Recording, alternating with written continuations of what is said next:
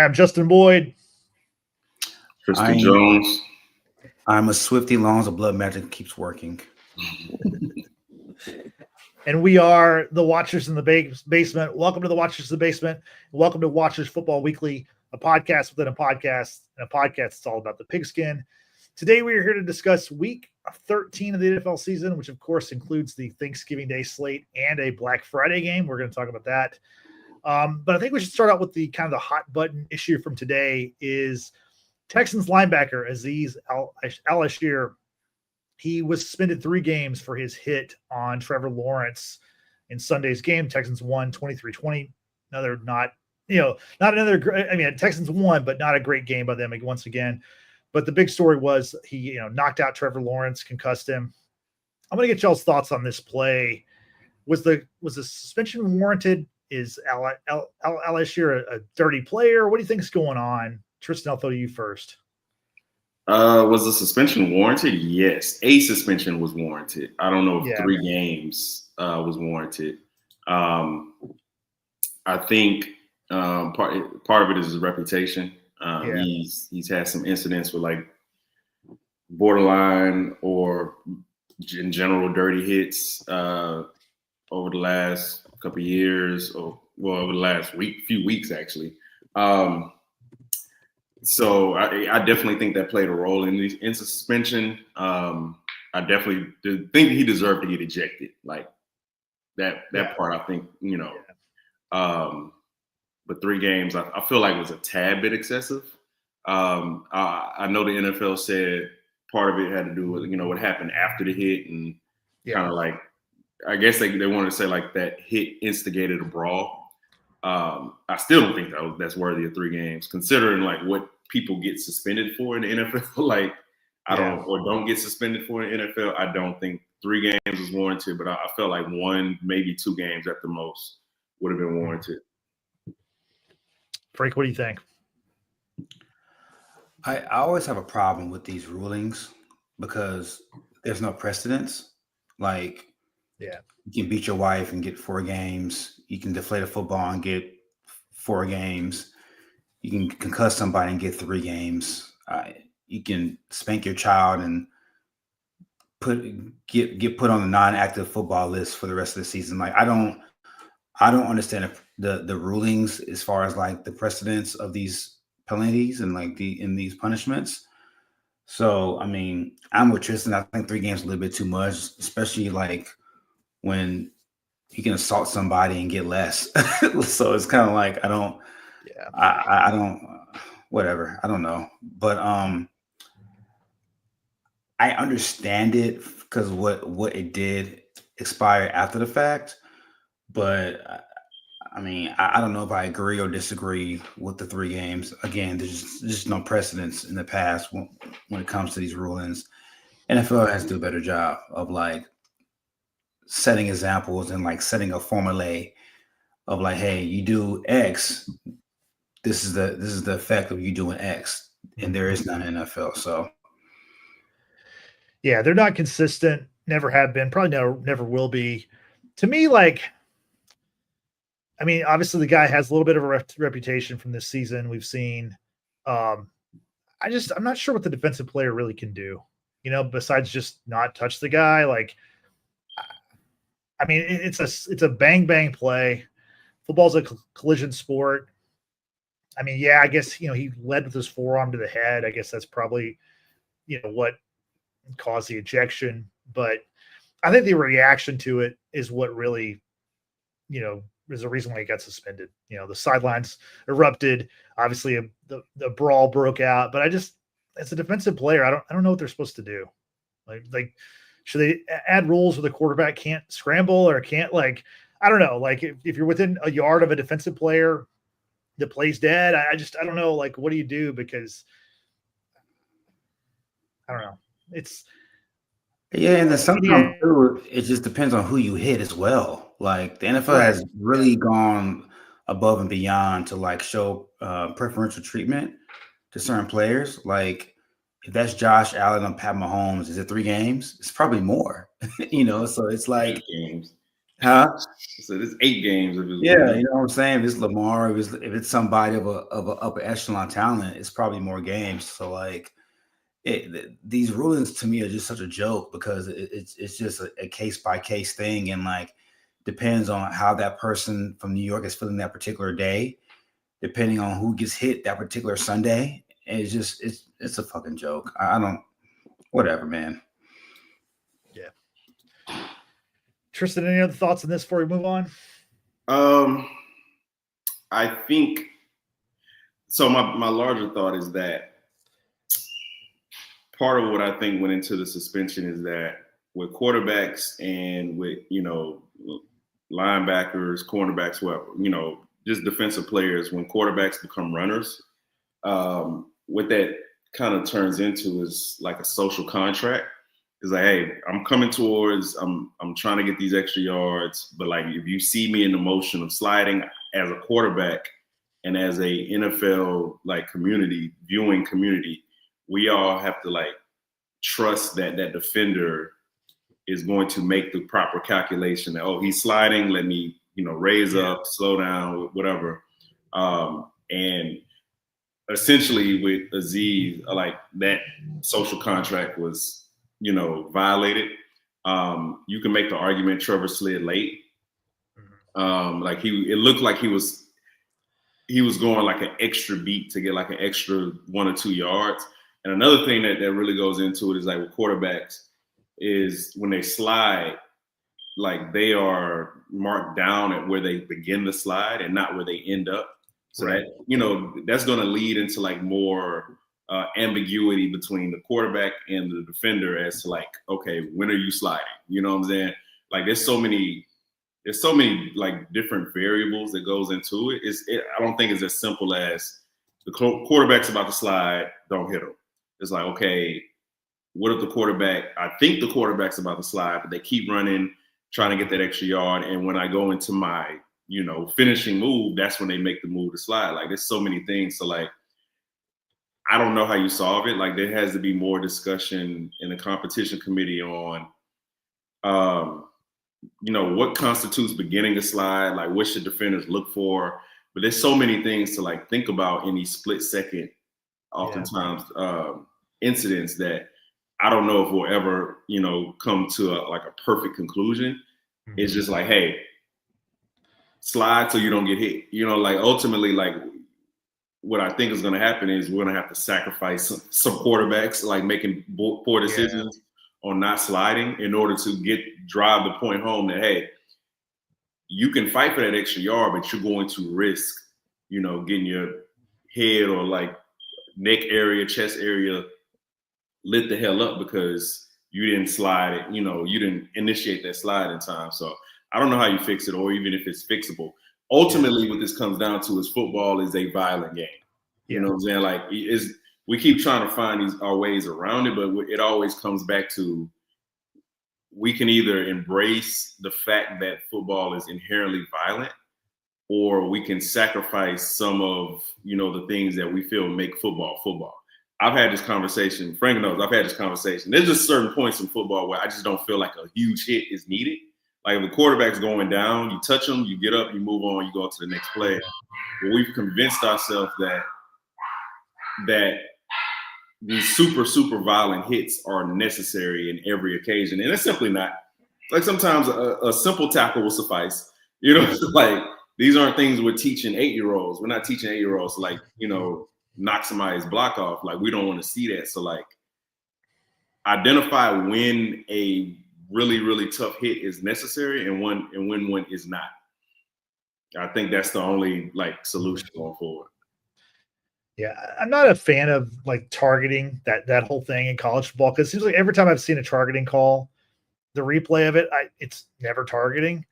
But I wonder if you could bring something like that to the NFL, not call it targeting, but like some kind of like, not that we need more reviews, but like, I mean, if Trevor Lawrence hops up or slowly gets up, that's probably a penalty and we keep on playing and no one's talking about it the next day. You know what I'm saying? But like, because he, was concussed and was laid out, then it becomes this, it's like the story of the week. Yeah. I mean, I think And I'm more definite from this standpoint. I don't think you can fix this problem. These are big, fast athletes who are running, jumping, tackling, leaping, spearing people at a very high, fast, elite Olympian level. It's impossible to implement these rules in such an instinctual arena. You know what I'm saying? Like the roughing the passer thing. If I'm 6'6", 330, and I'm going after a quarterback in the pocket and I tackle him head on, it's virtually impossible for me not to put my weight on him. I'm 330 in theory. Right. I'm 6'5". Aerodynamically, it's just not feasible to tell me as a D lineman to say, hey, tackle him, but don't fall on him. Don't drive him to the ground.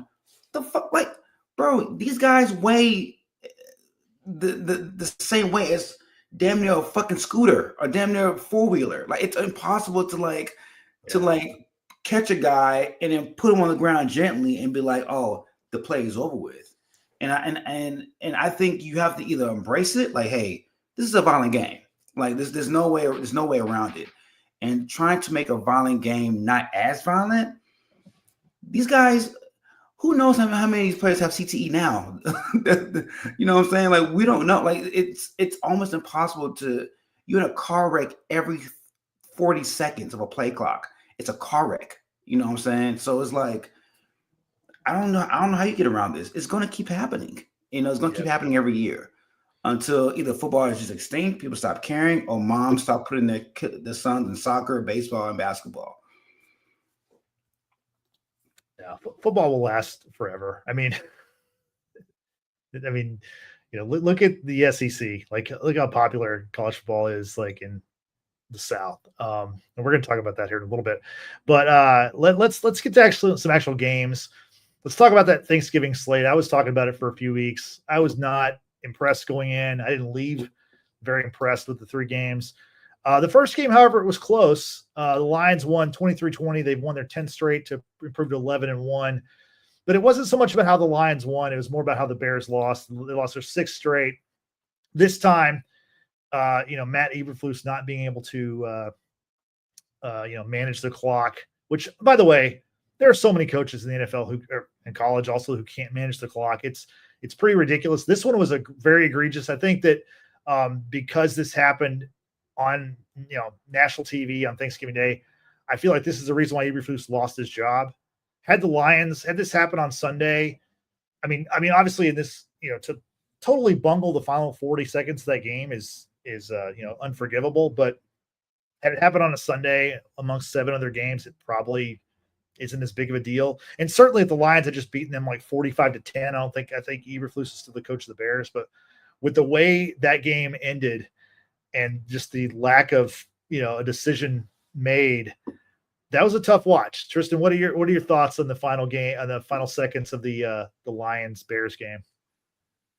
I was screaming. Like, I'm like I don't know, like my mind was warped because I'm looking like ever since I've been like, ever since my time coaching, like I've trained my brain to just every few seconds just look at the clock, how many timeouts. Like there's no reason I don't need to know this. I don't need to be like hyper vigilant on how many timeouts a team has at the end of a half or at the end of a quarter, end of a game. But I'm looking, I'm saying, okay, timeout. Maybe it's from playing Madden. Like, you just kind of go through this process in your head. It's like, okay, we're driving down the field. Okay, we got a first down. Boom. Got tackled in bounds. Okay, we're here. We're across the 50. I'm looking. I'm like, okay, timeout. Hit a play or you got sacked. I'm like, okay, call it. In Madden, if you get sacked and it's less than a minute left in the game, you have a timeout, you're over the 50-yard line, call it timeout. Yep. You call it really quickly, or you run up really quickly and spike it and try to get another play. But ultimately, if you get a sack, 9 times out of 10, you call that timeout really quick because you already have lost yardage, and now you're going to lose time on top of the yardage. Call a timeout. He didn't call a timeout. I'm like, what the fuck? It went from like a very like, okay, what the fuck, to like, what the fuck? Like, I'm literally like, there's ham and yams in front of me, like, and I'm just like, what the fuck? Over a team that's not mine. I do agree that bumbling that game at the end on Thanksgiving at a time where that's the only game on where everybody's watching, you know, it's one of those semi, you know, monocultural moments where like everybody's talking about this one thing. That I believe that was 60% of why he isn't the head coach right now. I think he was going to be fired at the end of the season regardless. Oh, absolutely. Yeah, he was going to be gone. It just, I thought he'd make it through the season because the Bears had never done that before. In their 105-year history, they never fired a coach in season. They also have never had a rookie quarterback that you needed to believe in like that. So, like, things have changed. I think if he went into that press conference on Monday or Friday, whatever, the next day, took accountability, didn't throw his rookie quarterback under the bus, you know, essentially looked like somebody who's in charge and has a respectable locker room organization, again, maybe there's a slightly better chance that he at least finishes the season out. But he went into that press conference and fucked that up royally as much as you can. And then he went into the press conference after the game and fucked it up. He came back the next morning and fucked it up again. At that point, there was no way on God's green earth he could ever coach that team, and in my opinion, coach any team ever again. After that, so if I always say this about, like, you know, if you're in an MVP race and you have a bad game, it happens. You know, Josh Allen had two of the worst games NFL quarterback has ever had as far as completion percentage, passer rating, yada yada. One thing you should not do is have that horrible game on national television.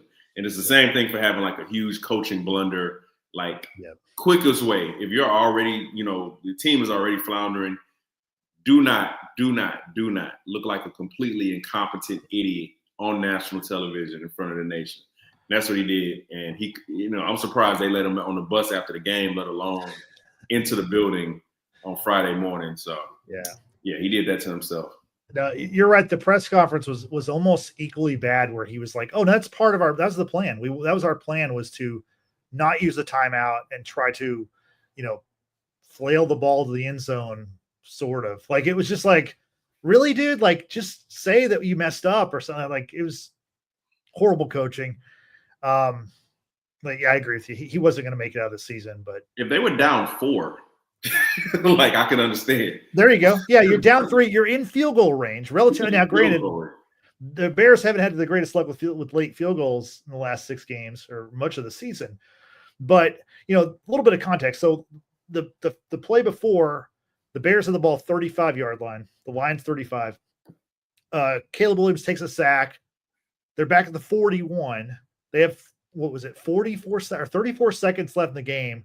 Caleb gets up there and he's like motioning to the sideline, and clock's running. And then they get to under the ball with like 7 or 8 seconds, and he kind of throws the ball to the end zone, and the game ends. Frank, what are your thoughts on the whole situation? Eberflus getting fired, and just, you know, the ways the Bears have found a way to lose this season have been pretty impressive. I mean, T pretty much hit it on the head, man. I mean, I said this thing about a month ago. I think, Justin, was when you and I on the podcast. I said, bro, once you have players start questioning your coaching methods and game planning, and post game, they're questioning you, and they're questioning not just you but your staff decision making, it's time to go. Like, the inmates are now running the asylum. Like, your voice has fallen on deaf ears, and that's what I think. After the Commanders game, it just went downhill. Caleb Williams looks like, I mean, the stroke of genius that he has in random plays is more so of the talent of Caleb Williams and not so much the coaching towards Caleb Williams, and that's the problem. Like, you can't have that kind of talent as your signal caller, and that talent just seems to be eroding from week to week. And there's just a lot of disjointedness with not just Caleb, but like with the team in general. Like they don't have a direction, they don't have a plan of action when they're playing. X's and O's, they're not button up. That's more coaching than anything. When you're not button up as a pro team, like bro, to fuck off 30 seconds in field goal range and not even get a field goal snap off, bro, that's some like hold my beer type shit. Like I've never seen that before. Not I've seen it at the high school level. I'm a referee. Like I've seen it at the high school level, but I've never seen it at the pro level where you have 30 seconds to like get to like you're already in field goal range. All you gotta do is just call a timeout or snap or spike the ball. And for him to do that, for that to transpire, and then for the Flus to pretty much throw his quarterback under the bus is, bro, that's amazing. I don't, and I know later on the show I wanted to pose this question, and we can do it later on the show, but like I don't know what's a bigger shitstorm bonfire, the Jets or the Bears. I've pondered that question for the last 8 weeks, and I can't give you a clear answer because they're both trailer park bad in both way in multiple ways. I don't know who's worse though. It's really like it's the Jets. It's amazing to pay front office people the amount of money that you're paying them, and then this is the result of what your money is for. Like if I'm a fan of either one of these franchises, it's an indictment on myself as a fan to pay money to spend time on my beanbag chair or my recliner to watch this monstrosity every fucking week. I don't get it. Like I don't understand why people keep supporting these projects in New York and in Chicago. It's amazing to me. Big cities, a lot of people. That's the reason. No, I mean, I think it's clearly the Jets. They're the worst situation. Like they're probably the worst situation in the whole league. I think. Tristan, you want to add your thoughts? You know what I just found out today that I should have known? The Jets haven't made the playoffs since 2011. Yeah. And like I saw that stat and I'm just like, I know I've seen, and it's like, no, actually you haven't. Like they actually have not. The Jets, I totally agree. I don't even think it's close. The Jets, if you are the Jets, you have no young quarterback to build around.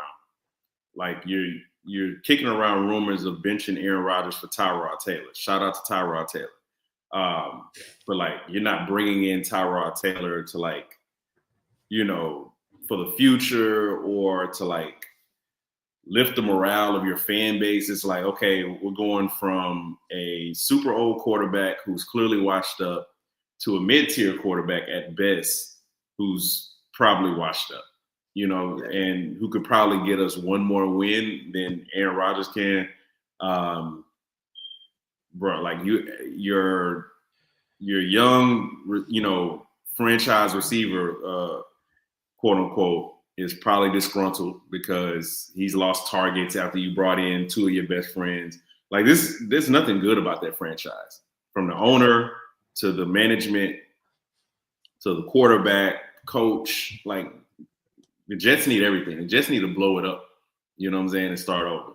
It's the Jets. The Bears have a quarterback to build around. They have a really good rookie receiver. They have a really good running back. Like even an average coach would have them, +2 on wins than what they are right now. It's the Jets by far. I can't argue that. You guys make compelling points. And to even add to that, your veteran washed up quarterback, his camp is leaking out things saying that he may not come back in 2025. Brother, like, don't threaten me with a good time. You trying to put a smile on my face? You gonna rid of us?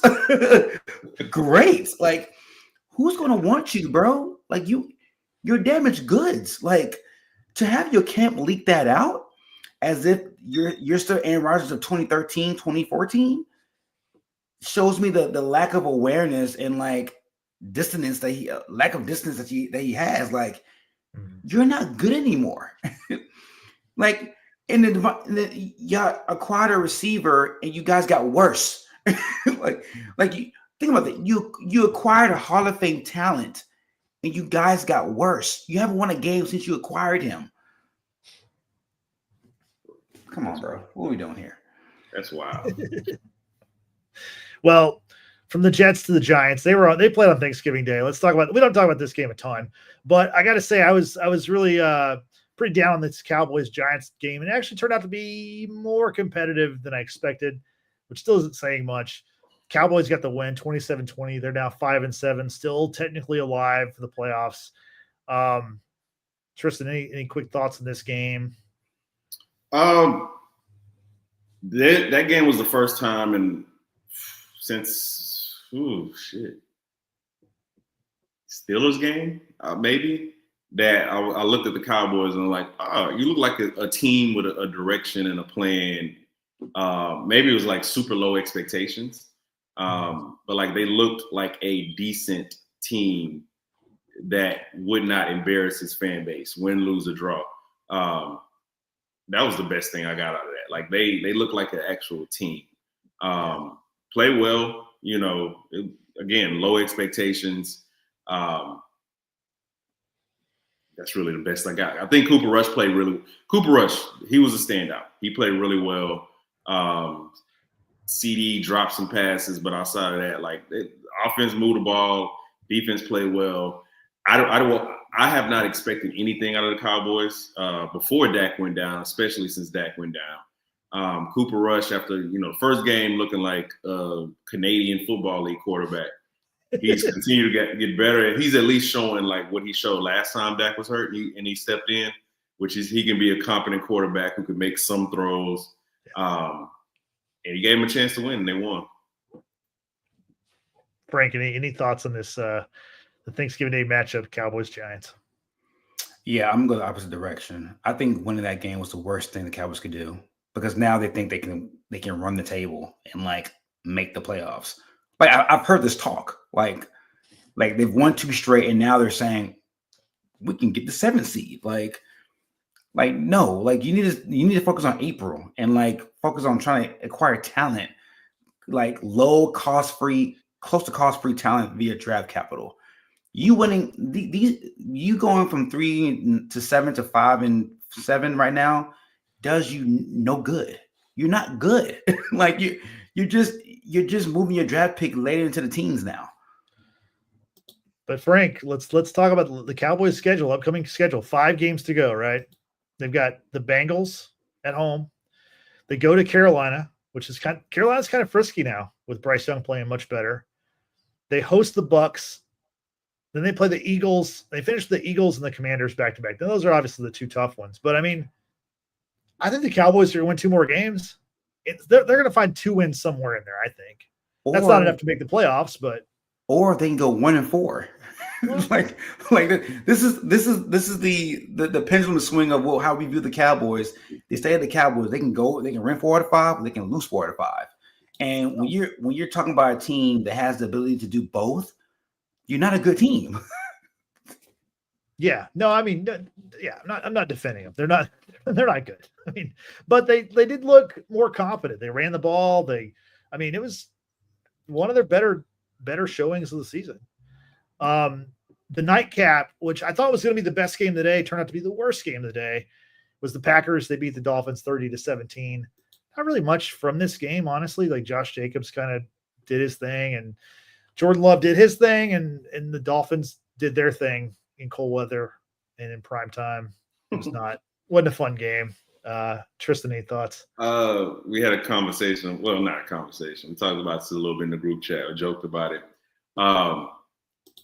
I said when the game was first starting, and they, they're showing everybody on the sideline, and they, panning to Mike McDaniel. He looked like so we talked about the fact that it's cold, the natural human logic is it's cold. I'm gonna react like it's cold because I can't control the fact that it's cold outside, and I can't control how my body responds to it being cold. Complete pure logic. Football is not a logical sport, and football players are not logical people, right? Just by nature of playing that game, like being a boxer. Like it's not, you're not a logical person to do that, right? So when the game came on and they showed Mike McDaniel, and it wasn't just that he looked cold, and it wasn't just him, because they showed other players, Tua, Tyree, like all them dudes on the sideline, they looked like they didn't want to be there. Yeah. Like, it's a difference between like looking cold. I've seen some cold games in my life, you know. Giants Packers 07 stands out, you know. Chiefs Dolphins from last year. Like, there's cold and there's looking like I simply do not want to be here. You know, I would rather be doing something else. Like, it looked like that before the game started. So, and then it's confirmation. Like, we know what the Dolphins' record is in certain cold conditions. That came to, you know, to bear. They're just not good in the cold. Like, they're not good in any adverse situation. Like, they're not good in the cold. They're not good against Buffalo. They're not good late in the year, just in general, you know, in division, outside division. They're not good when they need certain games in order to, like, for playoff seeding or just to get in the playoffs in general. They're not good. You know, so like, if you want to make money, I don't gamble. But if I wanted to make money, I would go against the Dolphins in any big game situation. They're just not built for it. What that says to me is a few things. One, obviously, the quarterback doesn't have the strongest arm, does not have a strong arm in general. Their game is built more towards like quick throws, 3-4 yard passes, yards after the carry. Devon A-Chain, you know, taking screens, and, you know, he can take anything to the house. I've been watching him since he was in 8th grade. He can take anything to the house against any defense. But that defense is soft as hell. And I like their head coach, but he gives me, you know, stepdad looking for respect. Like, stepdad who just came in the picture. You know what I'm saying? Like, hey, he tells jokes. He's a funny guy. Seems like a really nice dude. He's also like 5'5", 180. You know what I'm saying? Like, this is not he has an uphill climb, you know, on a day-to-day basis to like get a basic level of respect that like fucking Mike Zimmer gets, you know, just on accident. Right. You know, so like there's a lot of things going on with the Miami Dolphins. They're never going to be a team that I take seriously with a quarterback with a weak arm and a substitute teacher for a head coach. As smart as he is offensively, that defense is soft. It's gotten worse, especially since after Vic Fangio, who was horrible there and went back to looking like a world beater as a defensive coordinator after he left. So that's a huge indictment on the Dolphins as a team. Yeah. Frank, any thoughts on Dolphins Packers? I mean, I guess to add on to that, the Dolphins aren't good against teams above 500. They can't beat good teams, whether it's sunny and 79 degrees in Miami or whether it's -4 degrees in Green Bay. I think that game was in Miami. They probably would have lost by 2 touchdowns or more. They're not built to beat good teams, and it could be a psychic thing. It could be a mentality or lack thereof, but I want to address this too, about the Mike McDaniel looking cold and all that kind of stuff. Outside of his physical stature or lack thereof, I get all of that, but there needs to be an onus on the accountability of players. These guys make millions of dollars. These guys are 30-year-olds with mortgages. These guys have responsibilities off the football field as well. To sit there as a player who are supposed to be held accountable on the gridiron and say, my coach looked cold, this is the problem or we're solved, is so insulting to like the casual fans mindset of like, what do you do as a player to hold yourself accountable? You know what I'm saying? There were turnovers in that game. There were muff punts. There were mental errors as far as penalties and guys not just fundamental things that didn't get executed in that field. And when I see 28 to 29, 30-year-old players blame blame people who are not on that field for why they got their ass beat shows me that there's a larger problem in Miami outside of Mike McDaniel. And if you don't hold yourself accountable as a player, like the Bill Belichick shit, do your job. If you don't do your job, you have the gall, the gumption to blame other outside sources off the field of why you didn't do your job or get your job done. Shows me there's a larger problem in Miami than just Mike McDaniel.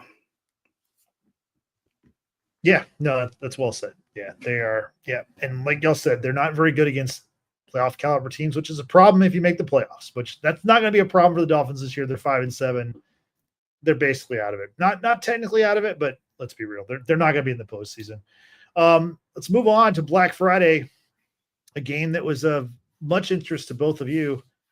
Chiefs got the win, 19-17 over the Raiders. Once again, they benefited from a late mistake from the opposing team. The Raiders fumble in the final, 20 or 30 seconds. The Chiefs held on for the win. Tristan, thoughts on the Chiefs, how they're looking? They're 11-1, best record in the league, but tied with the Lions. But what are your thoughts on the win? My thoughts on the win were I have so many thoughts that I try to condense. Offensively, there were times that they looked really good, moved the ball down the field. There are things that concern me about the Chiefs. I'm not concerned wholesale about the Chiefs. I think, again, they've dealt with a lot of injuries and key spots. They're getting some of those players, key players back. They're kind of trickling in. Omenihu, Pacheco came back. Hollywood, should be back by the end of this year, end of the regular season, going into the playoffs. Their issues right now are their tackles. Like at this point right now, they have among the worst tackle group in the league. At least in the AFC. Pat is kind of making magic despite that, but you can also see where his lack of trust in his tackles is like bleeding into like his mechanics. He's missing some throws that he never misses. For everyone that I'm watching, it's a mechanical issue, or it's a check down when I could have waited maybe 2 seconds and got a first down, on a different route, right? That's all of that speaks to like a lack of trust. And that it's reared its head in certain ways. Like in the first half, they moved the ball very well. And they had like drives, in on penalties, sacks here and there. Like if it wasn't for those things, like then the offense would look a lot better. Those are things that can be controlled for the most part. Hopefully DJ Humphries comes in and can at least stabilize the left tackle position. Just average play, I think, would do wonders. As far as just as a whole, again, a lot of moving parts, guys coming back. The Chiefs, I expect them to peak within the next 2 to 3 weeks. I think we should start to see them, the level of play offensively and defensively improving. Just getting, again, stable. Joshua Williams coming in and stepping in for Najee Johnson, I think, is a slight upgrade that can have a positive effect on that defense, which is kind of trending downward over the last few weeks. It could be it could be just, hey, the malaise of the season. It could be, again, the injuries. It could be the tackle position. Right now, they're struggling to have offense, defense, and special teams play well in the same game for a prolonged period of time. I expect that to change over the next couple weeks. On the flip side, Aiden O'Connell just played very well. You know what I'm saying? Like, made key plays when he needed to keep drives going. Made a great throw for a touch, deep 50-yard plus touchdown. Teams are playing well, man. The Chiefs are getting – so on one side, they're 11-1. Pat, since D Hop has got there, since week 6, has gone back to looking top 5 quarterback. Obviously, he's the best quarterback in the league, but like statistically, he's top 5. They're still top 10 in the league in points per game. Still one of the top rushing teams in the league. On the flip side, like again, like it's just they haven't been great in all 3 phases at the same time. So I expect that to change over the next 2 weeks. I expect them to kind of start building towards what they should look like in January. Right now, again, they're getting everybody's best shot on a day-to-day, on a week-to-week basis is everybody's Super Bowl. But over the next couple of weeks, look for them to like start raising their level of play up a little bit, in my opinion. Frank, what do you think about the Chiefs? Couple of things. Yeah, I do agree that they're going to play better. I think once DJ Humphries assumes that left tackle role, hopefully when Jalen Watson gets back, the pass defense will be a lot better. The minute he went down and broke his ankle that Niners game, my concern for the secondary just went up like 40% because he was playing at an all-pro level. And I think people don't understand how great he was playing. He wasn't giving up shit. I think he had like a 68 QB rating thrown to his side. Like he was playing elite football prior to the injury. And I think with him being out, it's putting more pressure on McDuffie to play more outside now instead of the slot that he normally plays in. And I think, and he'll never admit this, but I think the pressure of McDuffie playing perfect now has put a little bit of like strain on his play and not being able to play more free, knowing that he has that 6'1", 210-pound corner on the other side in Jalen Watson. Najee Johnson needs to sit. He just, I don't know if it's confidence. I mean, he's a 7th round corner, so I don't know how much talent per se is in that frame of his, but he needed to sit. It was getting to a point where he was embarrassing the women folk. Like it was really, really bad. So I think Joshua Williams is a tick better. He's played better since getting more snaps. But if Jalen Watson can get back and get into a groove going to playoffs, I think that remedies a lot of the secondary issues. Because Shamari and Nazi are playing out of position. They're just playing way too much for what their talent is. A bigger issue I have, and with Pat's mechanics, like you say, is more towards the tackle position. And look, Andy Heck is one of the best online coaches in football. Like he's heralded as one of the best position coaches in the game. Andy Reid is one of the best play callers, play design guys in the game. I can't begin to tell you how much it frustrates me that they continue to leave Wanya Morris on an island, knowing damn well that he just struggles with just pass rushers. It's not really just speedy pass rushers. It's just pass rushers. He struggles getting hands on them.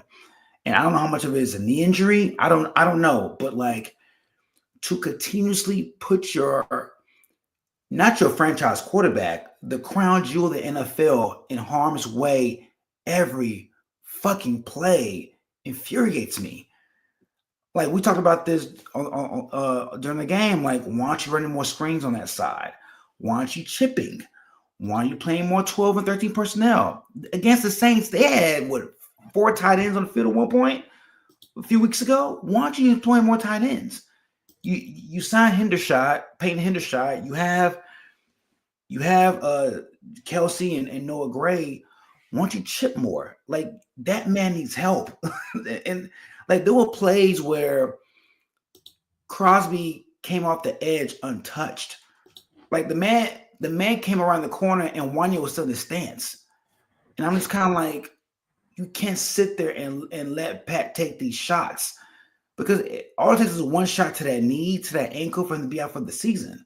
And you would have thought that the non-contact injury that he had or non-contact whatever he had against the Saints on Monday Night Football would have been a warning shot that, like, you know what, man, we gotta do what we can to protect this man. We have to. If you gotta declare another online man, put Caliendo next to Wanya Morris and run double tackles on that side. Do what you got to do. Keep that man upright, and they're not doing it. They're running this. They have so much confidence on Wanya that they treat Wanya like he's Larry Allen as far as like not giving him any help. And I don't understand it. It frustrates me. And I watched press conferences and interviews and say, oh, you know, we're waiting for DJ Humphries to get ready and all that. That's fine. But in the immediate now, not the future, but right now, that man needs chipping help, screen help, tackle help. He needs help on that side. And until you get that kind of help, Pat's gonna miss throws. He's gonna be jittery in the pocket because he's lacking confidence. For the first time since the Bills game last year, I saw Pat just have a tirade on the sideline, like, get the motherfucker off the fucking field. It took, and this is my problem with coaching. You're not the Bears, you're not the Jets. You are one of the esteemed coaching staffs of football. To wait to the fucking fourth quarter to have your quarterback go on a mini tirade about get this man off the field, and you didn't do that shit 2 quarters earlier, shows me that you're too lax as a coaching staff. Like, what are we doing, bro? If that man would have tore his knee up on one of the 4 sacks that he took, now y'all look like boo boo fool. Like, oh man, we should have got chip help. Oh, we should have taken them out.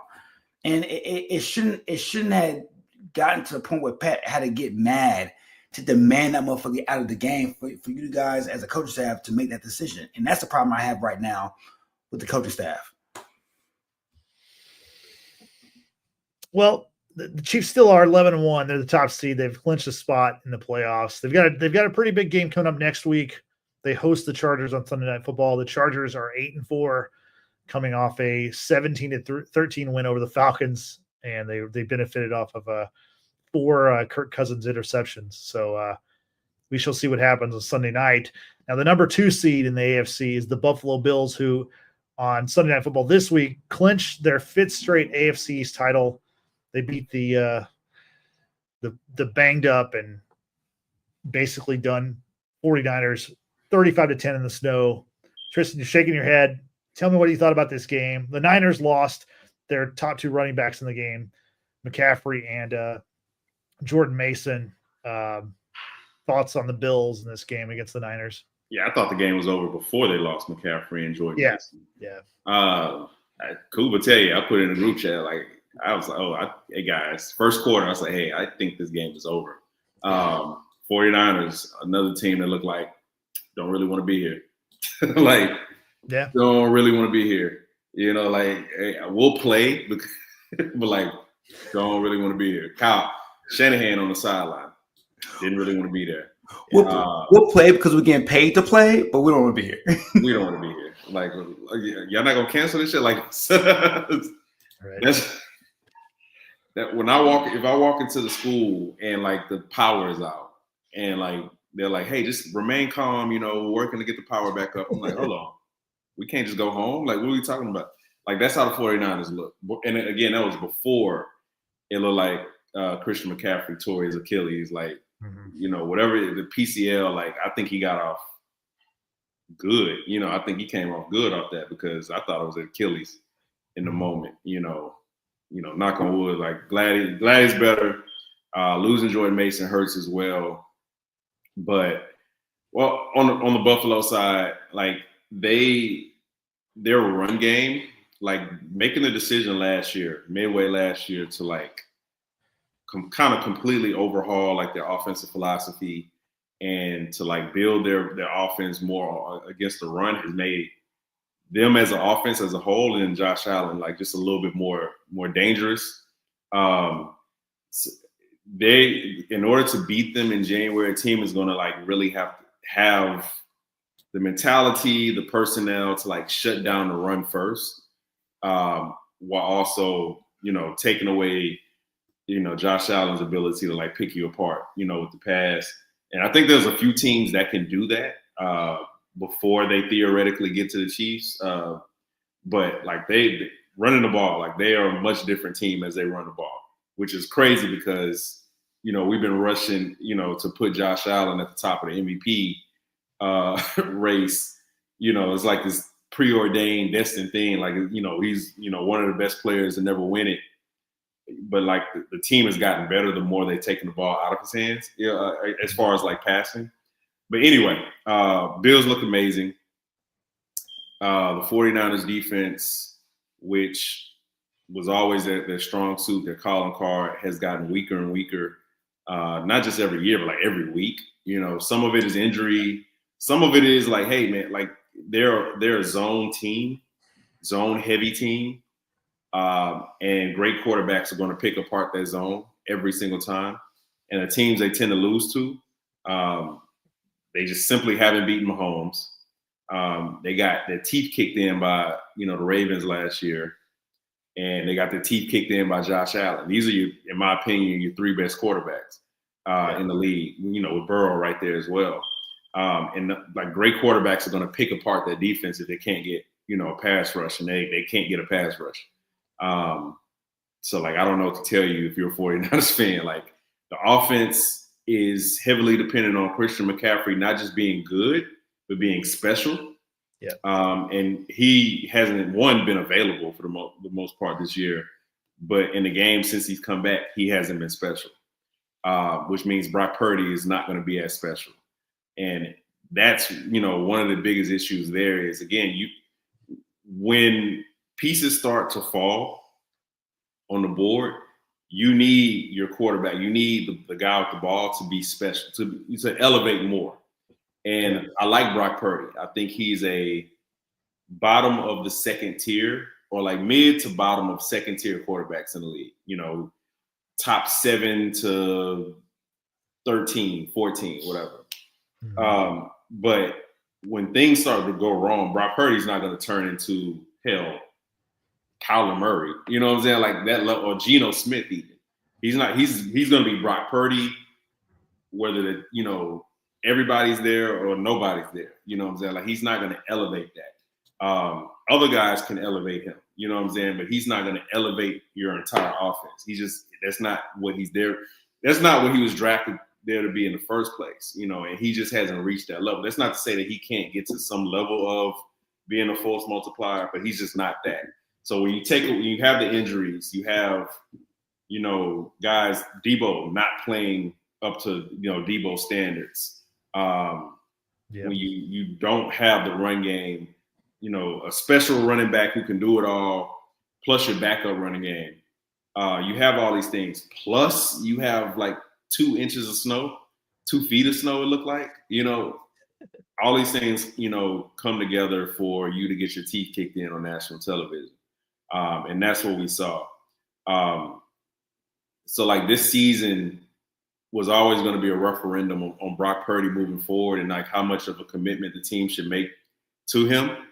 And I'm not saying this game was on Brock Purdy. He had 94 yards. You know what I'm saying?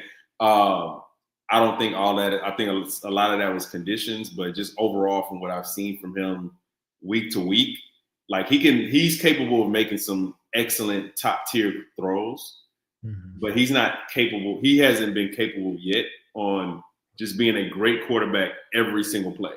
You know what I'm saying? Like that's not his. It's like he's closer to his ceiling right now, wherever he is in his career. So that game is 2 teams going in completely opposite directions. Yeah. From last year's playoffs. 49ers, man. Like if it was me, I need to see another year of Brock Purdy to see like who he is, how much of a commitment I should make to him. If I'm a Bills fan, I'm looking at this team maybe foolishly and saying, hey, if push comes to shove, we're confident we can go in the Arrowhead and win a game, in January to get to, the Super Bowl. So tell the 2 teams, man. But please don't get your teeth kicked in like that on national television. Keep saying this. You're gonna lose. Not on national television. You can't just get mollywopped and dog walked on national television like that. Yeah, that's very much what happened. Frank, any thoughts on the Bills, Niners? First off, well said. I agree with every fucking thing T said.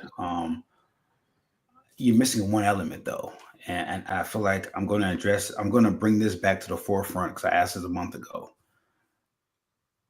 Are we sure that Kyle Shanahan's a great coach or above average coach? I mean, this is. And I'm asking this because I have 12 games of evidence now. Are we sure that Kyle Shanahan's a really good coach? I'm sure. I'm sure that he's a good coach. I am very sure he's a good coach. But is he above average? Is he on the above average spectrum of coaches in the NFL? Yeah, I think good is above average. I think good is like a step above average. So yeah, I think he's a good coach. Okay. Definitively. All right. Really good most of the time. Great occasionally. Okay. Occasionally. The reason I want to ask that and pose that question, what 12 games of evidence of this year that I've seen so far of Kyle Shanahan's led team, he's blown 10-point leads 6 times this year already.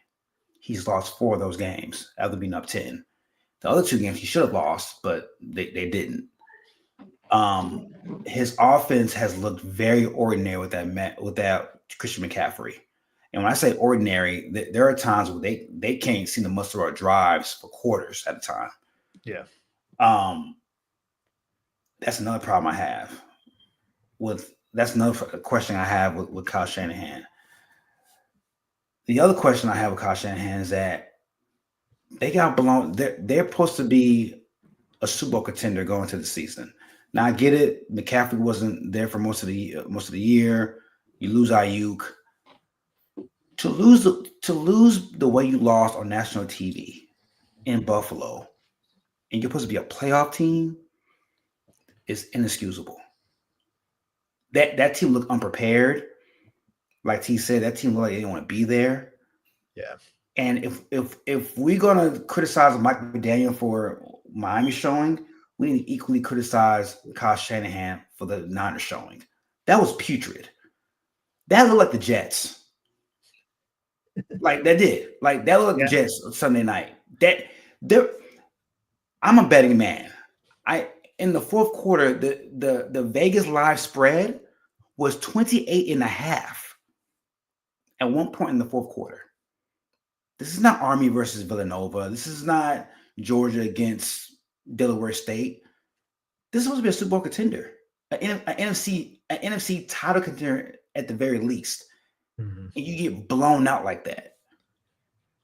With all the issues we talk about with the Chiefs and all that, I will be flabbergasted if they lost by 14. They lost by 28, bro. Or 25, I want to say. They were down by 30 at one point in this game. I don't know, man. I'm starting to question Kyle Shanahan and like his game managing. And again, I go back to 2016, where he had a 28-3 lead in the Super Bowl, and he blew that bitch too. Like these are now. This season is like, to me, it's a reoccurring theme of what I saw as a play caller and a game manager back in 2016. And he's kept showing this part of him for the better part of 12 games now. Good teams don't blow 10-point leads. Super Bowl contenders don't blow 10-point leads, let alone 4 or 6 for the last 12 weeks that he has this year. I don't know. I'm not saying he's on the hot seat, but I think we need to start adjusting our bifocals a little bit when it comes to how we view Kyle Shanahan.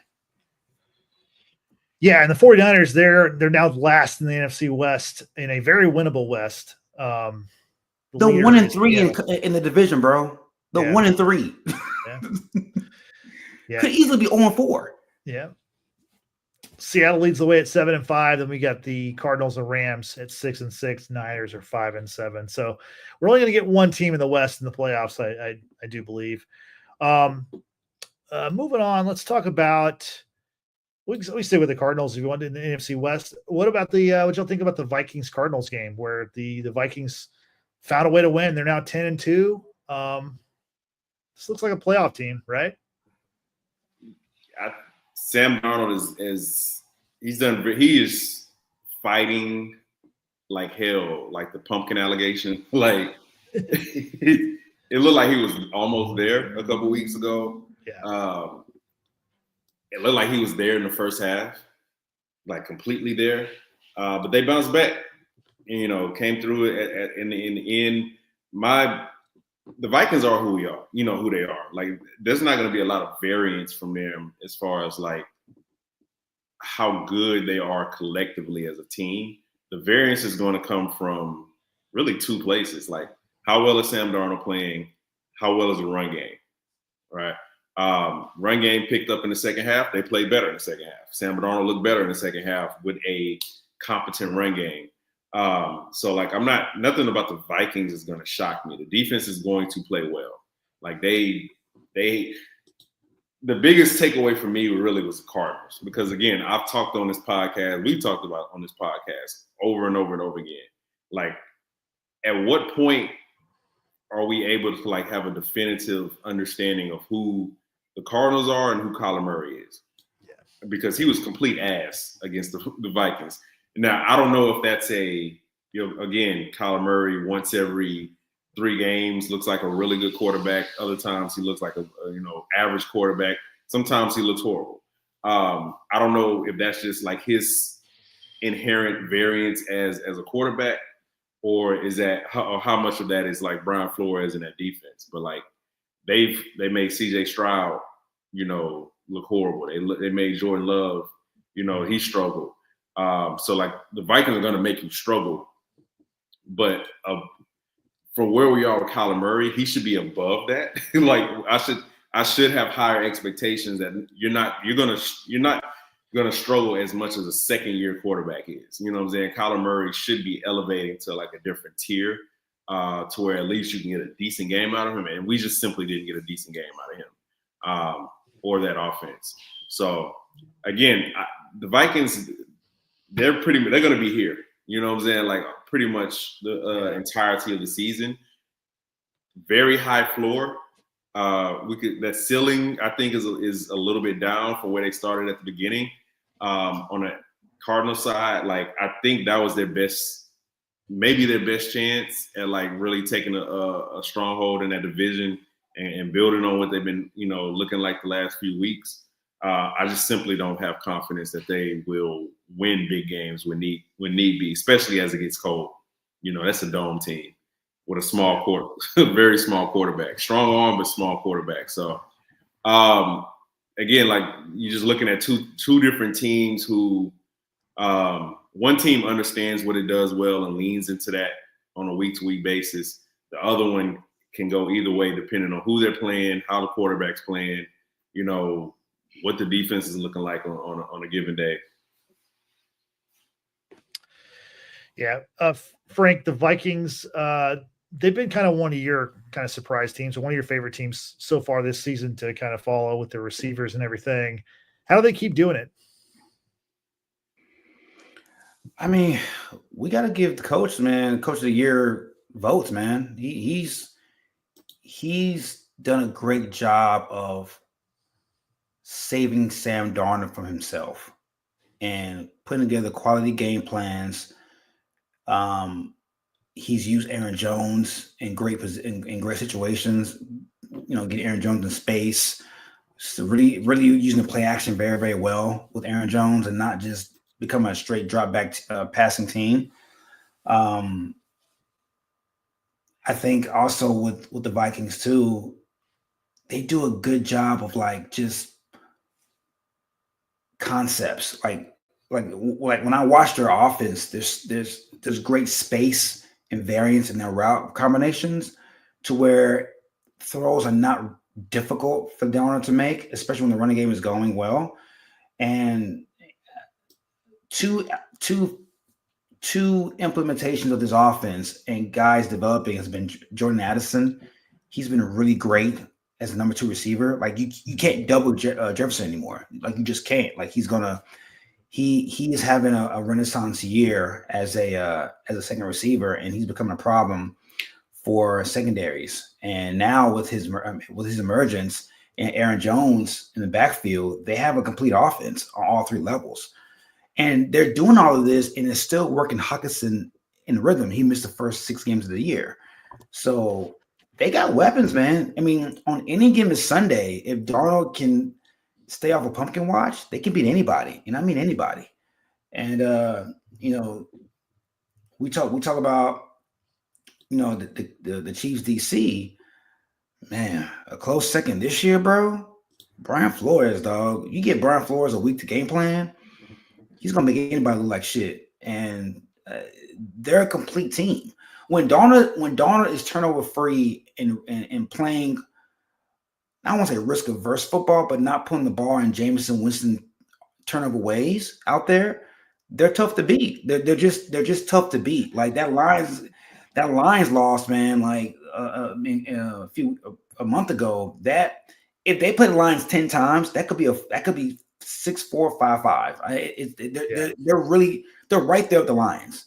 They're right there. And it's just, for me, I think the difference right now is just Jared Goff. I just trust Jared Goff more than I trust Darnold when it comes to like that one drive in the fourth quarter and I need a touchdown. We're down 4 with a minute 10 left.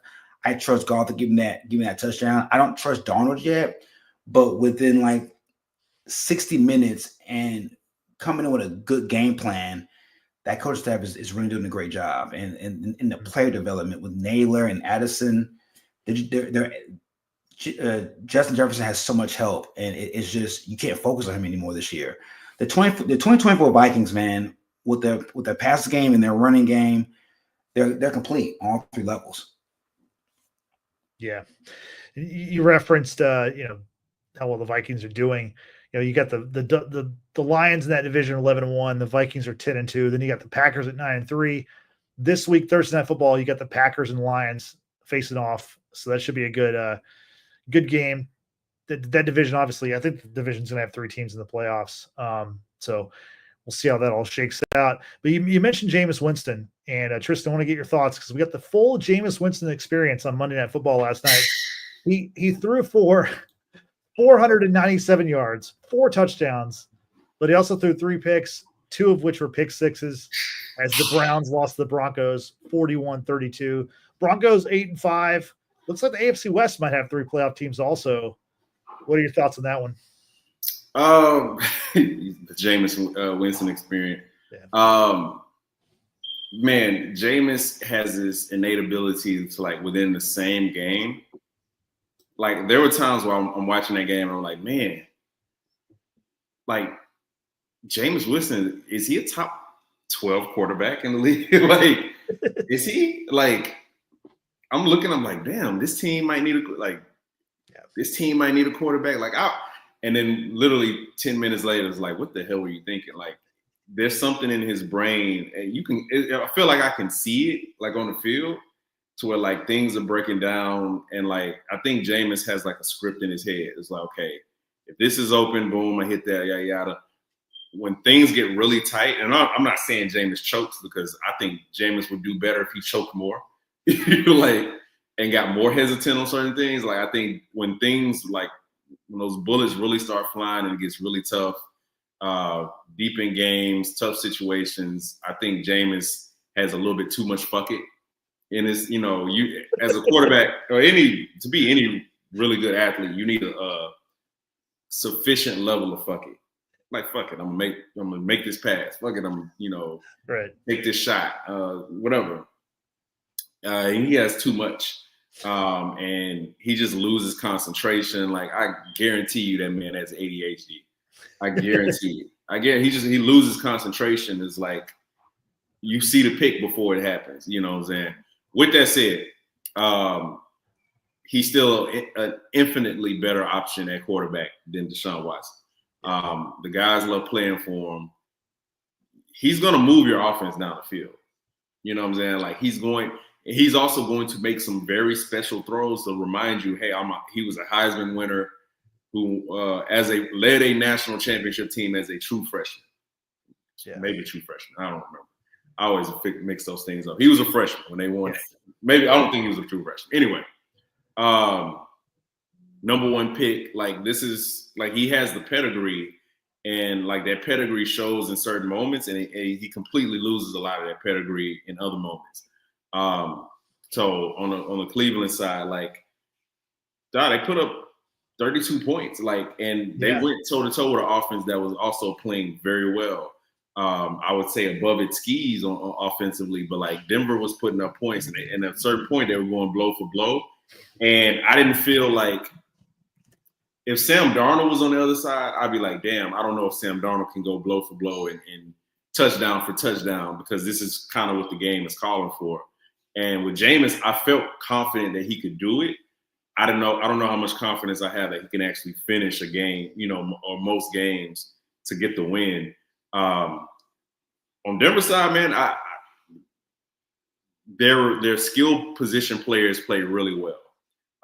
Bo Nix made an excellent throw for that touchdown. Outside of that, he was not good at all. So I don't really know, how you evaluate his performance. He made enough plays for them to win the game. Defense made enough plays to help him out. But on an overall basis, I thought he played like a C+ game at best. But overall, I think this continues a trend of him doing enough to help that team win. I think Denver is capable of an upset in the playoffs. I think that with that defense, with those corners, they even have Roddy Moss. With that defense, they could be formidable. I don't think they're a feel-good story anymore. I think they're a good team who is limited a little bit by his quarterback, but ultimately they have enough really good players around the quarterback on both sides of the ball to really give another good team some fits, especially in the playoffs, especially as it gets cold and you need to rely on a run game, and the offense, your receivers aren't moving as freely, which gives Surtain and Riley Moss and those guys a lot more opportunities to disrupt, timing, and the Broncos could be really good. They could be good enough, despite the quarterback who can look good, but ultimately is going to have these mid to bad games that you just kind of have to work around. Yeah. Frank, we went into the season. I don't think anybody expected the Broncos to be a playoff team, and nor did we think that the AFC West could have 3 teams in the playoffs. But right now, it's looking very likely we're going to have 3 AFC West teams. What are your thoughts on the Broncos after another win? They moved to 8-5 with the 41-32 victory over the Browns. Yeah, man. I mean, I have to eat my words. I mean, I know in our previous show, I said, I think my comment was during training camp, when he asked me how the Broncos QB situation was looking like, I was like, I don't want to know anything about the Broncos. I don't care about the Broncos. I don't care about what's going on at QB camp. They have 3 quarterbacks I don't give a fuck about. And that was September, and they made me eat my words. I mean, Nix is showing he's getting better incrementally every week.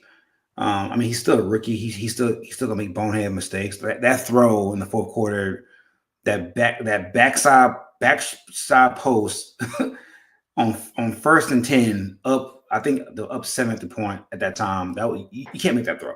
You just can't. You have to take check down, find an intermediate route, or run it, or throw it away. But you cannot make that throw in midfield and give up a turnover. But again, that just comes with the maturation of playing quarterback in your first year and learning from that. And I think Sean Payne will get that out of him. With their defense, I know Roddy Moss got hurt in that game, or he might have been hurt before. I can't remember. I ain't seen much in that game, but I do remember the reference him being hurt. If he's not healthy, you kind of saw what the Broncos secondary could look like. A lot of big plays down the field. Surtain had a bad game. Jared Judy kind of just gave it to him. I know they're good friends, but he gave him the business on Monday night. But when Riley and Surtain are right, that is a lockdown young cornerback tandem that you can put up with a lot of the other tandems in the league, and they can hold themselves well amongst the league's best. It's just going to come down to matchups in the playoffs. Could they go to Baltimore and beat Baltimore? I don't think so. Could they beat Houston in Houston? Yeah, they could. I mean, that team has been trending downward for a while now, and to me that's a toss-up game. I don't know if I can confidently say Houston can beat them. If Pittsburgh falters and loses 3 out of 5, which is possible, and Baltimore gets that 1 seed, could they beat Pittsburgh in Heinz Field? Possibly. I mean, I think Denver is now in that conversation to where you say to yourself, well, if they make the game ugly and like they run the football and they get turnovers, they can beat, seeds 3 through 4, 2, 3, or 4, or 3 or 4 or 5. So yeah, I mean, Sean Payne's done a great job. I did not see this happening this soon. I thought this was a 5-win team at best. The fact that they're 8-5 now, they're in the thick of it now. They can be as high as 5 or as low as 7, but they're gonna be a problem for somebody in our wild card weekend. Yeah, you referenced Pittsburgh. Pittsburgh played they had a high scoring game with Cincinnati, winning 44-38. Russell Wilson had a big game, 400 and something yards, 3 TDs. Tristan, we can safely say like Cincinnati's out, right? They're 4-8 now. It's over. Stick a fork in them. Yeah. Again, we talked about them earlier in the year. Like, if you need a long winning streak in the NFL at this time of the year just to get to 500, it's over. Yeah. It's completely over. You can't overcome that defense. That defense is porous. It's completely porous. If we're seeing teams struggle 1 week, the Steelers struggled offensively against the Ravens, who have a bad defense. And then essentially the Bengals were a get right game. It's like, oh, we got the Bengals next week. So we're good. You know what I'm saying? It's over for them. Joe Burrow is playing very well. I also think Burrow is somewhat culpable for these losses. Like some of these if you know going into a game, we have a bad defense, they're going to give up a lot of points. You need to focus on maximizing every drive. Make sure you put points literally on pretty much every drive, or ball control, so the other team does not get as many possessions, and you can, hope they don't score on some of those possessions. You can get some breaks here and there, whatever. And 3, you can't turn the ball over pretty much at all. Again, first year starting, Patrick Mahomes had the second worst defense in the league, got to the AFC Championship game. Like you can't we can talk about how bad the defense is relative to how well he's playing offensively, but we also can't let him off the hook. Like you're a top 3 to 5 quarterback in the league, and you have the weapons he has, a receiver and tight end. You have to win more games. You know what I'm saying? You can't score 10 points against the Patriots. You can't, fumble, get a scoop and score against the Chiefs when you have a slight lead in the fourth quarter. You can't, throw these interceptions against the Ravens. Like there's certain things that offensively they can do and that Burrow can do individually to maximize themselves offensively, to give themselves a better chance at winning, and they're just not doing it. So like this is a season I won't say it's a season from hell because they haven't had that many injuries, but this is a season where they're just not good enough to overcome their flaws. And that's an indictment on coaching, that's an indictment on the offense, and that's absolutely an indictment on that defense, which is embarrassing. Yeah. Frank, meanwhile, Pittsburgh found a way to win again. Russell Wilson, a big game. No one thought that he was going to have this kind of season, this kind of turnaround, this bounce back that he's had, this renaissance. What did you see from Russ on Sunday? I mean, make no mistake, he wasn't bad last year. He had a good season last year. They just didn't win. I think watching last week, like with no context, the Bengals defense is really bad. Like I think Russ threw for 440, 265 of that was yak. Like there's a lot of check downs, a lot of quick passes, a lot of screens. To get 250 plus yards of yak passing the ball, that's insane. That's wild. Just from watching that game. Now they put up 40, which like Tristan says, a get right game for them. I think only scoring 18 in a few weeks prior. No, but I think Russ is what the Steelers offense needs. They're just throws that feels it's just not ready to make, and especially with the deep ball and some of the anticipatory throws. There was a throw that he made to it was a slant pattern. Russ threw that shit 5 yards before the guy even got into his break to break into a post and was on the money. And when I saw that throw, I'm like, that level of anticipation with that defense, and if TJ Watt is healthy, they can beat anybody in January. And Russ adds an element that they just haven't had since the early days of or middle days of Ben Roethlisberger. And if he's playing like that, and more importantly, taking care of the football. I know he had a pick six in the game, but for the most part, he's taking care of the football as well, giving them a chance to win every game, every possession. Now, one thing I am concerned is George Pickens, and I'm not concerned of his talent. He's outwardly talented receiver, bro. So some of these Tampa tantrums he's having on the field, he's costing his team. He had a taunting penalty that went back 15 yards. The game, but the week before last, he had another taunting penalty. Unsportsmanlike conduct. Bro, you're a third-year pro at this point. You can't cost your team yards, especially in a divisional game that you need to stay ahead of the Baltimore Ravens.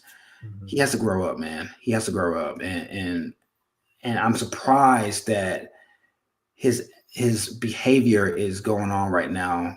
Or actually, maybe I shouldn't be surprised. I mean, Martavis Bryant, Antonio Brown. I mean, maybe that's just what Steelers receivers do.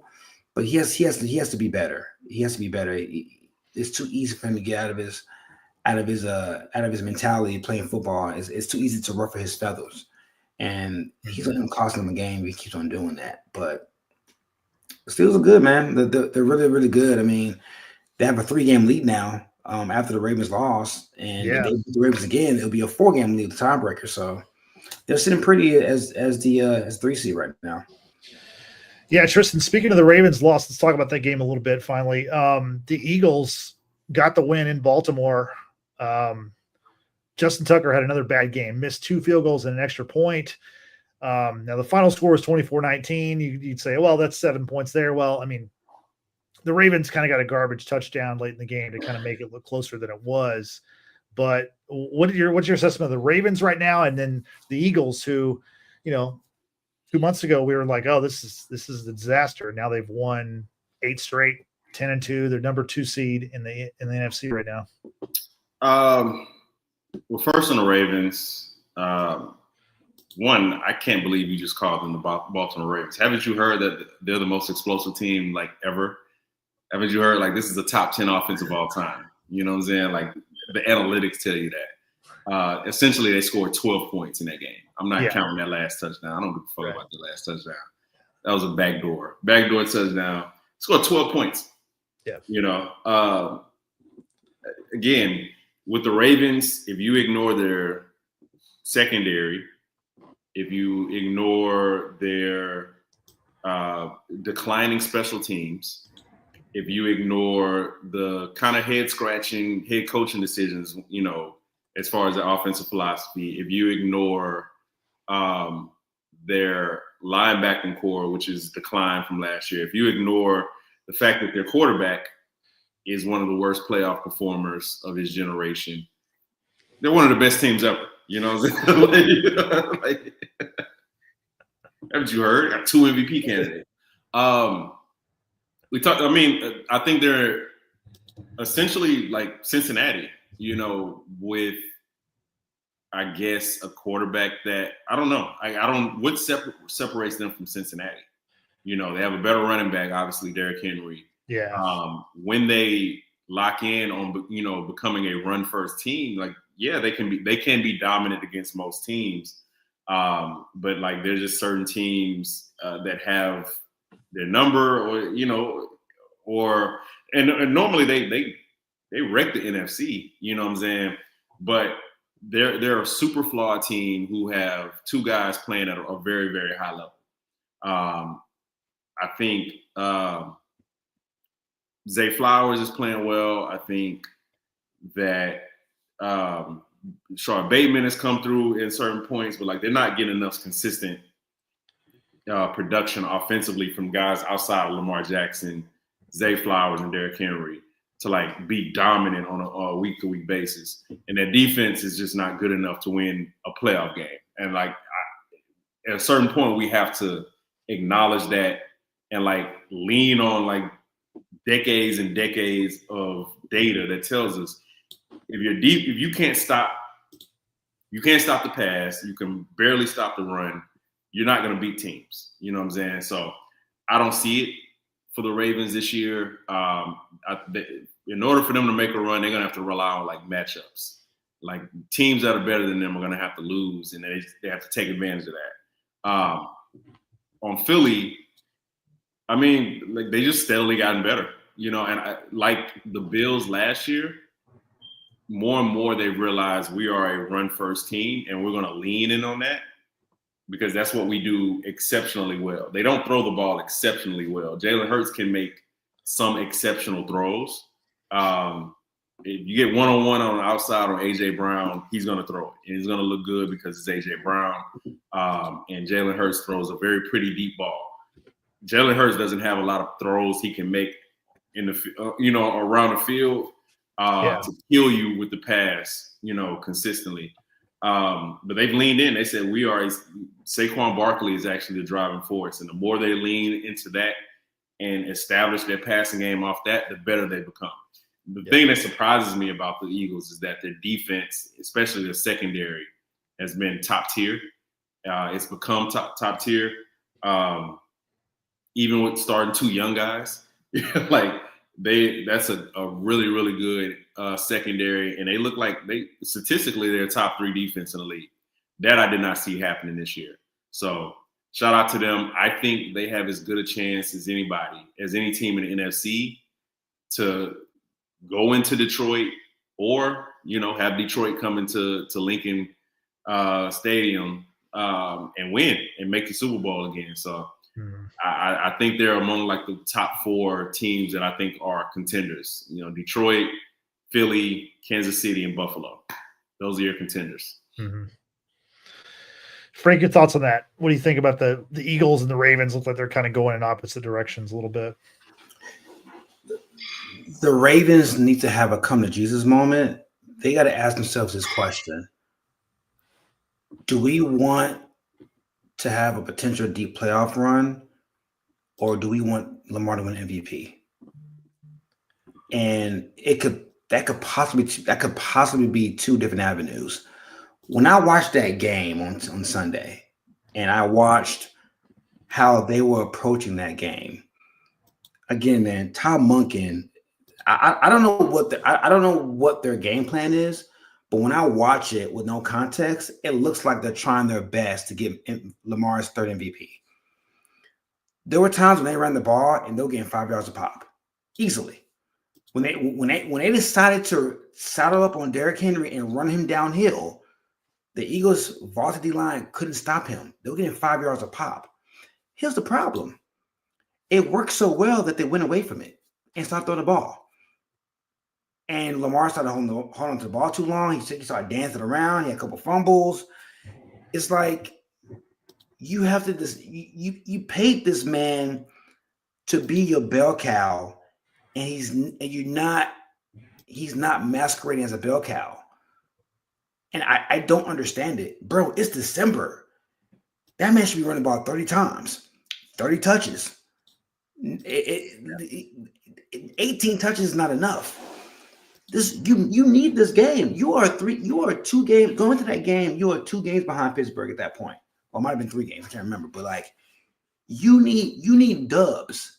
And the team that you played that was across the field, the way that they play, that's how you should be playing. The Eagles Kellen Moore made the decision very early into the season after the loss to the Saints.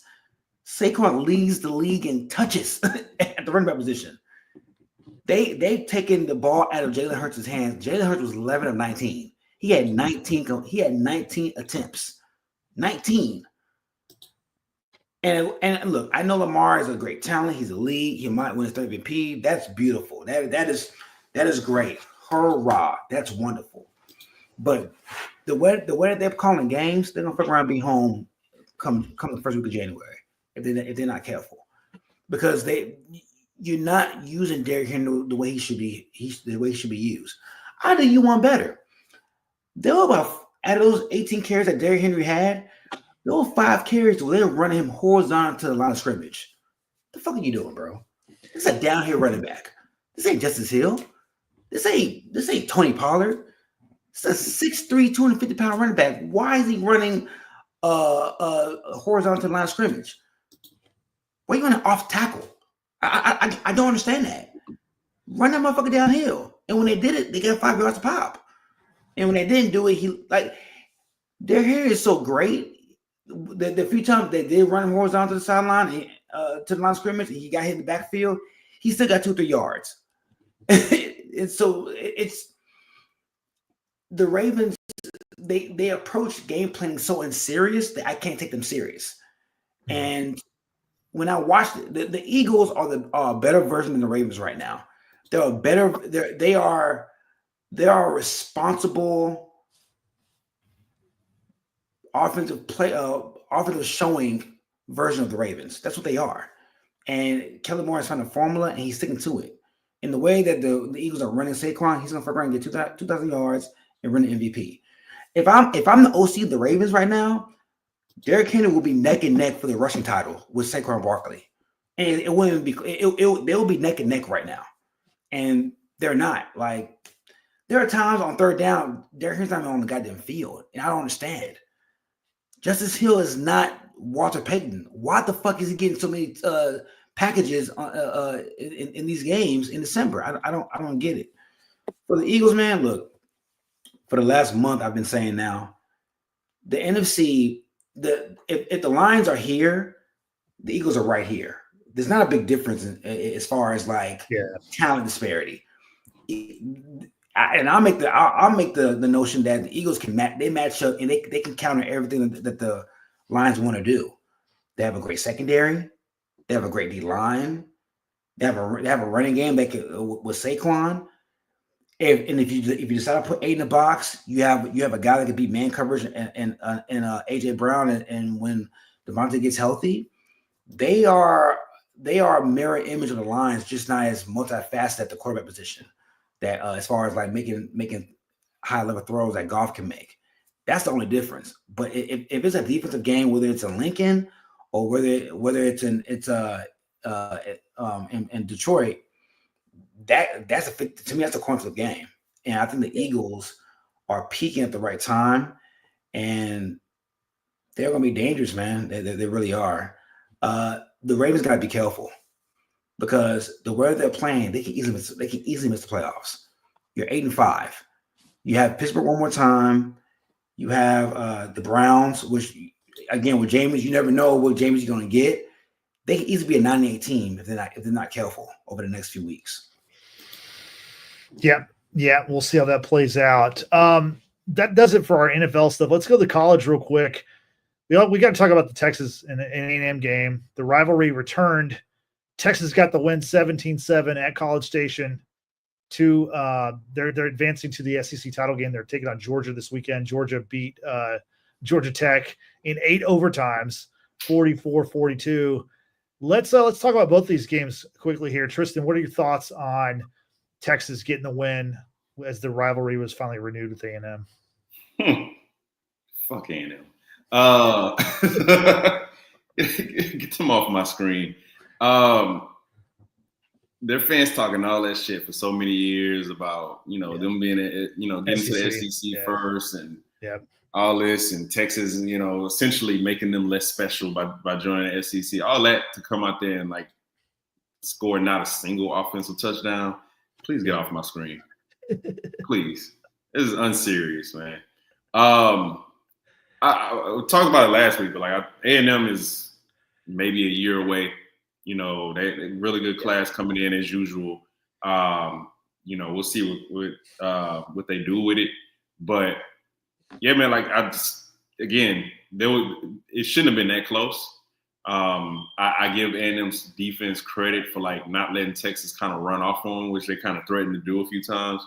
But it shouldn't have been that close. Like there's a significant skill gap between those two teams. Size, Texas again is just one of the bigger and better teams up front. Like they should never get pushed around. Like they pushed around Michigan. You know what I'm saying? Like A&M should not have been an issue. But I give A&M credit for keeping that closer than what it should have been. But they weren't ready for that. You know what I'm saying? Again, I think A&M is a year, maybe two away from really competing on up front. Their quarterback is a year away. Maybe from being a year away. It's like really inexperienced. Again, if Texas would have lost that game, there should have been no reason to put them in a playoff because they would have embarrassed themselves and the state of Texas. So, but ultimately, getting a good, a hard fought road win, nothing to sneeze at. Again, it probably should have been about a 3-score, lead type of game, type of win. Credit to A&M.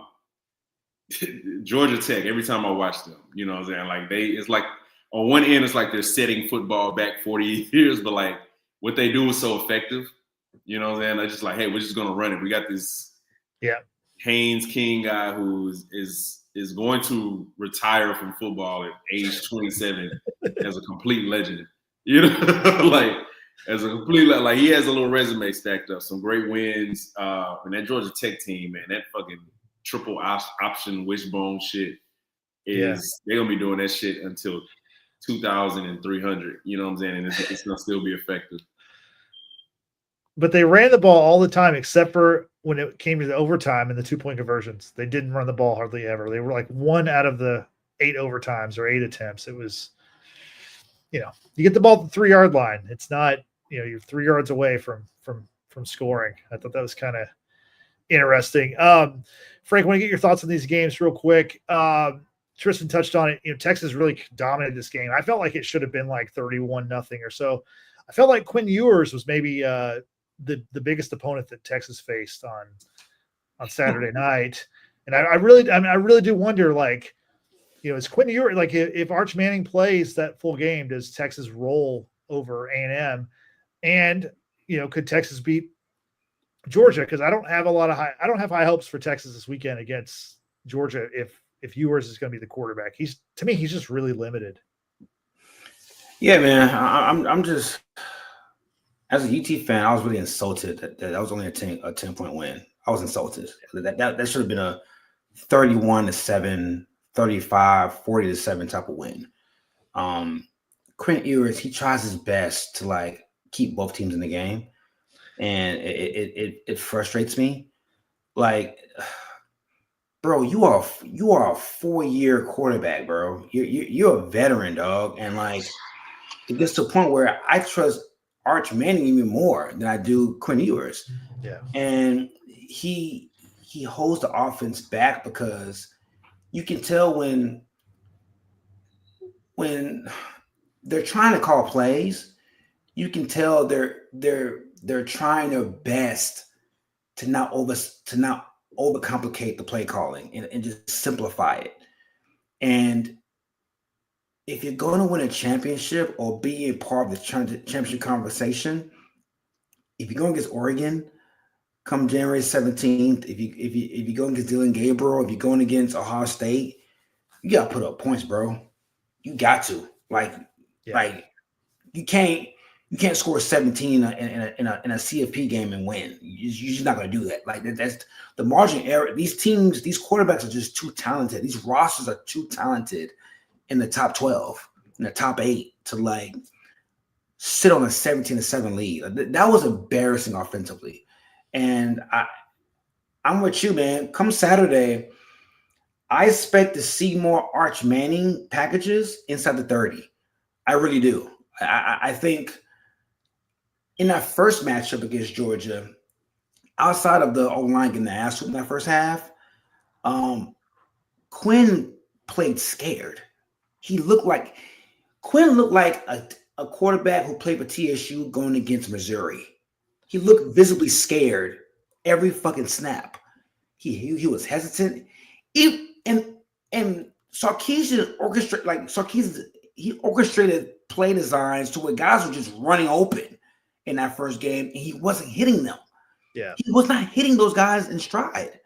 There were 4 or 5 throws in that first quarter that he just didn't make, and it turned to a landslide. So I don't know. I mean, I was confident a month ago when they wanted to go against Georgia.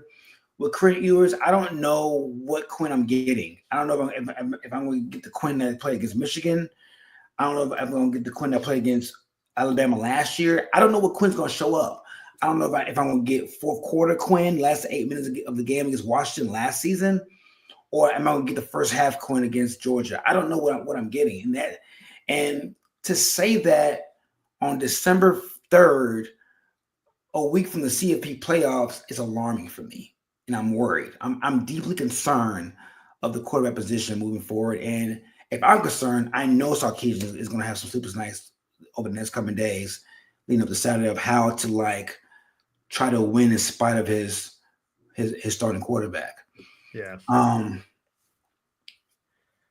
Watching the landscape and watching Georgia and Georgia Tech. Georgia has some of the same problems, man. You don't know what Beck's gonna show up. You don't know if first half Beck's is gonna prolong and have errant throws and turnovers, or you don't know if he's gonna just go on like a 11 for 11 over the next 4 drives and put your team in position to win the game. You don't know what Beck you're getting. And when I watch these 12 teams, in the CFP playoff rankings right now, this is parity at its finest.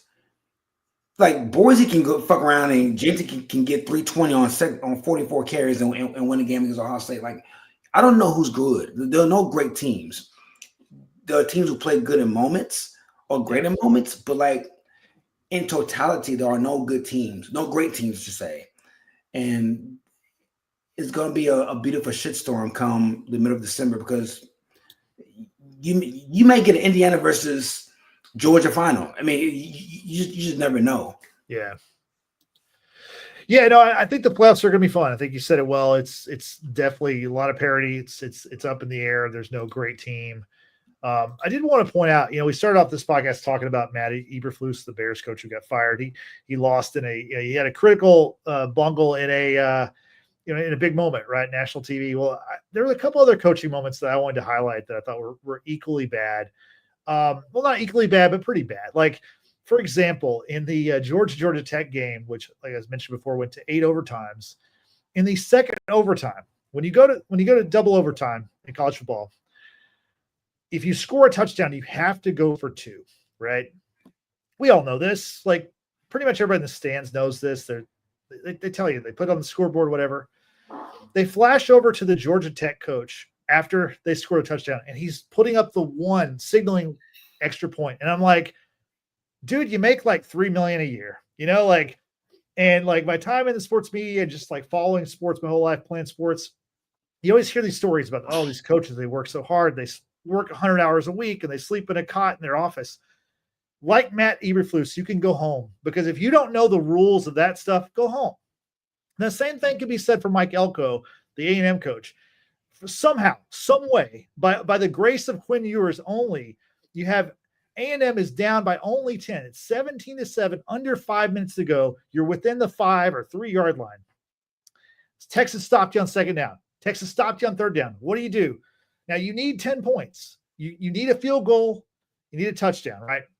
At that point, though, what do? You call timeout. So you waste the timeout. You come out of your timeout. You go for it again. You get stopped. Now you're still down by 10 points, and you've wasted a timeout, a way to stop the clock. It was just take the field goal. Did you see the play design that they ran? They ran a ace wing T for. I hadn't seen this play since 1939 Alabama. It was they had 11 guys on a line of scrimmage that had 4 tackles in the game. So that from just from there, they're not throwing the ball. Just from the play design, Oh yeah, the play design was so archaic. It offended Brown versus Board of Education. It was that archaic. That was an archaic play. That was an archaic play design. Yeah. And to make things worse, you caught a timeout and you came out of the timeout with that play. Yeah. That play was in your specials on your play sheet. That play was. Come on, bro. You're okay, Royal shit. I mean, also you're at home too. It's like, get the field goal. You're going to get the ball back. It's 17-10 if you make the chip shot field goal. I mean, you have a chance to win a game that you had no business really winning because, I mean, Texas ran the ball all over them.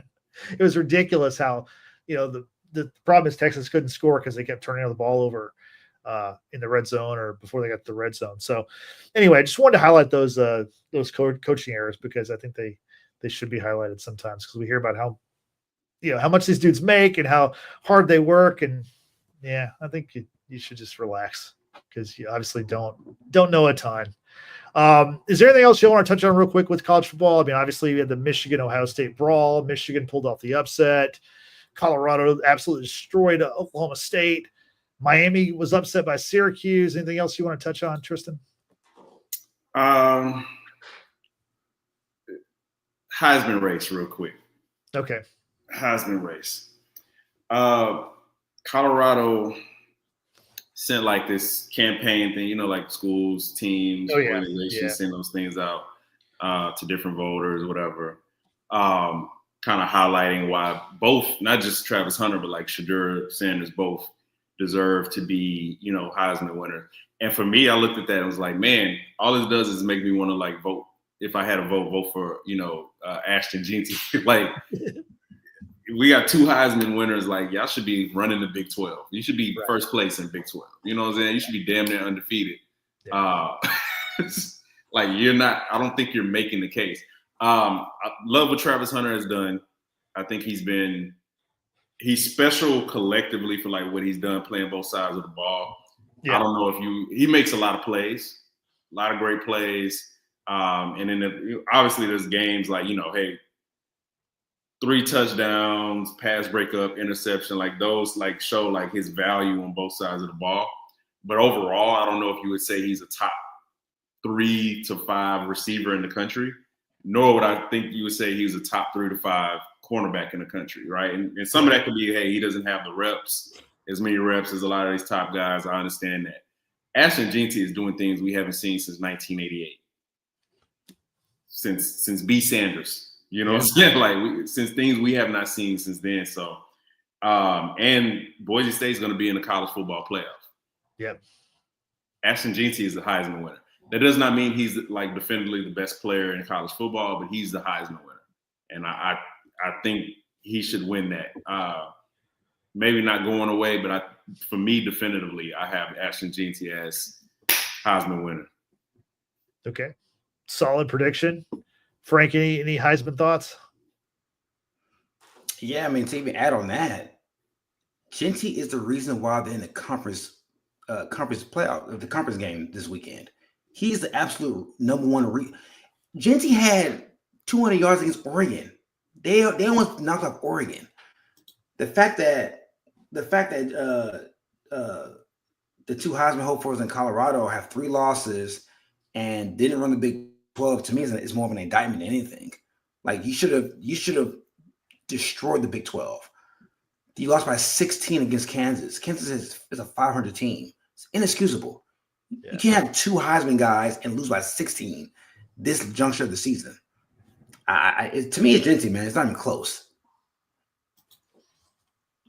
I still think that the Oregon quarterback is going to get some consideration, especially, if they're the undefeated 1 seed going into the playoff. It's usually a quarterback award, so I can see that being a factor.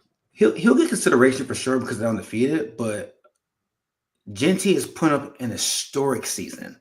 Yeah. If Dylan Gabriel was putting up historic passing numbers, I'll be like, all right, cool. I see your point. Yeah. Genty is putting up, he's rivaling Ron Dane, Rookie Williams type numbers this season. I haven't seen this shit in this juncture of college football and the way the college football is being played today, the spread offense and like everybody's throwing the ball and all this shit. This motherfucker, they get in the I formation and they run the ball down your fucking throats for 40 attempts a game. And he is destroying opponents. And it's just him. It's not like they have a Travis Hunter on the outside or a Shadur in the backfield. Like they are running to the CFP on his back.